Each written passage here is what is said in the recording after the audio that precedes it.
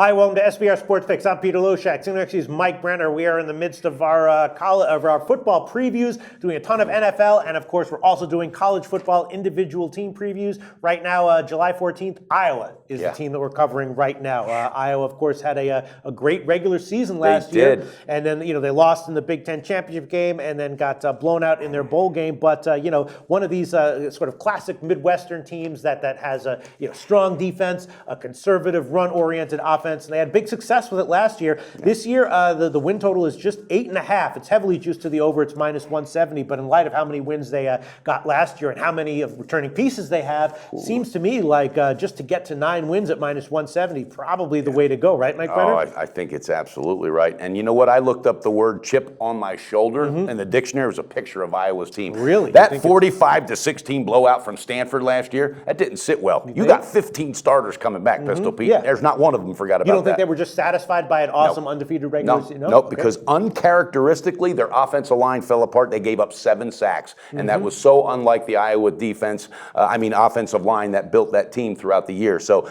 they're plugging holes. They knew that was a fluke, and once that momentum got going with Stanford, they couldn't stop it. So at that point, maybe then they threw in the white towel about the fourth quarter, but they got blown out. It didn't taste good. It didn't feel good, and that total you said 8.5, I think that's a lock, and I hate that word, but with this schedule that I looked at, because 4 out of their last 5 are going to be their real test, all right? They can't overlook Illinois before they step in and go to Nebraska either. So, the bulk of their schedule, it hits heavy towards the end. They won 12 games last year. They're returning most of the pieces from that. So even if they take a step and a half backwards, maybe they win 10 games. Maybe you're still cashing that. They're going to only win 8. I don't see it. It's interesting because they are actually the favorite to win the Big Ten West at plus 140, but they're a pretty big underdog to win the Big Ten championship overall. So obviously the market thinks that they're probably going to win the Big Ten and then get beat badly in the Big Ten title game to either Michigan or Ohio State. Pete, I got to tell you this. This is that red alert team. I'm telling you. Look out. Yeah, somebody's going to pay for this shit game. I'm telling you, to open up early, this first game, they're going to absolutely cover whatever that spread is, and they're going to do it with ease against Miami of Ohio. But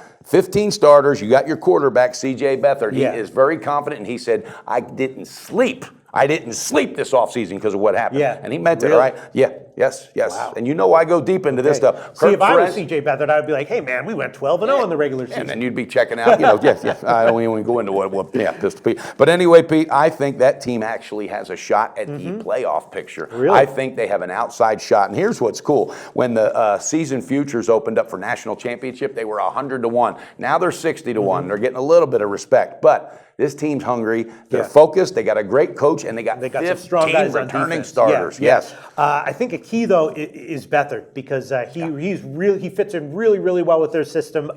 He's got the legs to give them a running option at quarterback. I'm just a little bit concerned. He does have an aggressive style, so quarterbacks like that are a little bit more prone to injury. If he goes down, they still are going to have the strong defense. They still are going to have the conservative, effective, efficient offense. So probably they can replace it, but it'll be a loss if he goes down. It'll be a loss, but also it's just that type of team that's built with defense that if whoever replaces them, if they just manage it, just don't hurt us, and they'll look to hand off more. But I like Iowa. I think you better look out, and early and often the first 2 to 3 weeks, I'm telling you guys, that's where you're going to make your money. Cash them, all right? Go with them early, too. They're going to be a first half winner the first 3 games. Sounds good. We both agree that we like the over 8.5 at minus 170. Maybe we also like them to win the Big Ten West at plus 140. You are getting slight plus odds on that one. I like it.